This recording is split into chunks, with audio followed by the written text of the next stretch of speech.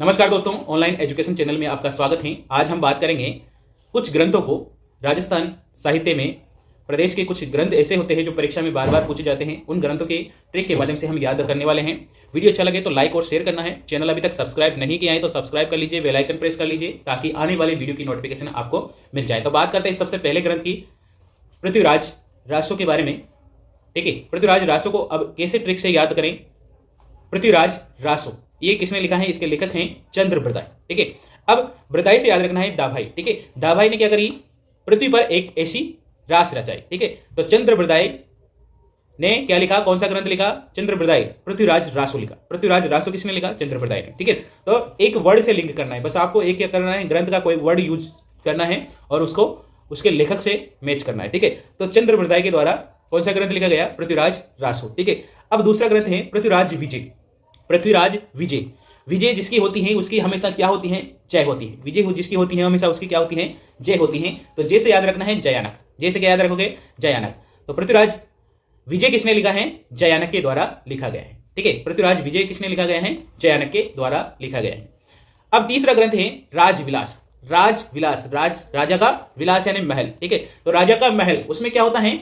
कवियों का मान सम्मान होता है। कवियों का क्या होता है? मान सम्मान होता है। ठीक है, तो राजविलास, राजविलास याद रखना है मान कवि। ठीक है, राजविलास किसने लिखा है? मान कवि के द्वारा लिखा गया है। तो याद रह जाएगा राजविलास, राजा का विलास, जिसमें किसका किसका सम्मान सम्मान होता है? कवियों का। ठीक है, तो राजविलास किसने लिखा? राजविलास लिखा है मान कवि। ठीक है, राजविलास लिखा है मान कवि के द्वारा। ठीक है, अब चौथा ग्रंथ है बुद्धि विलास। अब बुद्धि विलास किसके द्वारा लिखा गया है? बुद्धि विलास किसके द्वारा लिखा गया है? अब उसको कैसे याद रखें? बुद्धि विलास भक्तराम साहा। ठीक है, ये लेखक का नाम है भक्तराम साहा। ठीक है, अब राम जी क्या है? राम जी अब आ गए हैं अपने घर। ठीक है, तो बुद्धि जिसकी भी है, जिसने भी लगाई है, उसने राम जी को अपने घर पहुंचा दिया है। ठीक है, तो राम जी को अपने घर पहुंचा दिया है। तो बुद्धि विलास, बुद्धि जिसने लगाई है, विलास महल में पहुंचा दिया है अपने में, यानी कि राम जी को अपने घर में पहुंचा दिया है। तो बुद्धि विलास किसने लिखा है? भक्तराम साहा। भक्तराम साहा याद रह जाएगा, भक्तराम साहा। ठीक है, अब अगला ग्रंथ है प्रताप रासो। महाराणा प्रताप जानते हो आप? महाराणा प्रताप ने कभी भी मुगलों की अधीनता स्वीकार नहीं करी। ठीक है, वो हमेशा अपने जीवन को संघर्ष में बनाते रहे। ठीक है, तो आपको याद रखना है महाराणा प्रताप। ठीक है ना, किसने लिखा है?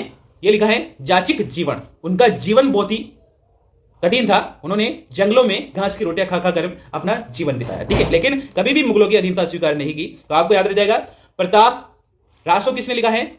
जाचिक जीवन ने। जीवन से याद रखना है, उनका जीवन बहुत कठिन था। ठीक है, तो याद रह जाएगा जाचिक जीवन के द्वारा प्रताप रासो लिखा गया। ठीक है, नेक्स्ट है हमीर रासो। हमीर रासो, हमीर रासो किसने लिखा है? सारंगधर ने। हमीर ने क्या बजाई है? सारंगी बजाई है। ठीक है, याद रह जाएगा हमीर ने क्या बजाई? सारंगी बजाई है। तो सारंगधर, हमीर रासो सारंगधर, हमीर रासो सारंगधर, हमीर रासो सारंगधर। ठीक है, याद रह जाएगा।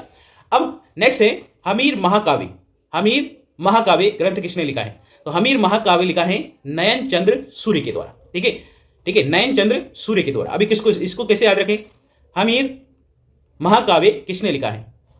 हमीर महाकाव्य लिखा है जयचंद, किसने लिखा है? नयन चंद्र सूर्य ने। ठीक है, हमीर महाकाव्य, काव्य से याद रखना है काव्या। ठीक है, काव्या की, नयन से याद रखना है नयन। ठीक है, तो काव्या ने नैन मिलाए किससे? हमीर से। ठीक है, काव्या ने नैन मिलाए हमीर से। तो हमीर महाकाव्य किसने लिखा है? नयनचंद्र सूर्य के द्वारा। याद रह जाएगा, बहुत ही अच्छी शानदार ट्रिक है। ठीक है, कुमार रासो। कुमार रासो किसके द्वारा लिखा है? दलपत विजय के द्वारा। कुमार रासो किसके द्वारा लिखा है? दलपत विजय। ठीक है, दलपत विजय। अब इसको कैसे याद रखें? जैसे कि हमारा एक दोस्त है कुमार। ठीक है, तो कुमार ने क्या बनाया? एक दल बनाया और वो विजय हो गया। दल बनाया और विजय हो गया। ठीक है, तो कुमार ने क्या बनाया? एक दल बनाया और वो विजय हो गया। तो कुमार रासो किसने लिखा है? दलपत विजय। दलपत विजय किसने बनाया? दल कुमार ने बनाया। ठीक है, किसने बनाया? दल कुमार ने। तो कुमार रासो किसने लिखा है? दलपत विजय। ठीक है, याद रह जाएगा दलपत विजय। ठीक है, नेक्स्ट ग्रंथ है बीसलदेव रासो। बीसलदेव रासो। ठीक है, अब बीसलदेव रासो को कैसे याद रखना है? नरपति नाहल। ठीक है, बीसलदेव, अब आप जानते हो बीसलदेव डैम, बीसलदेव परियोजना, नाम सुना है आपने कभी? ठीक है, तो बीसलदेव बांध।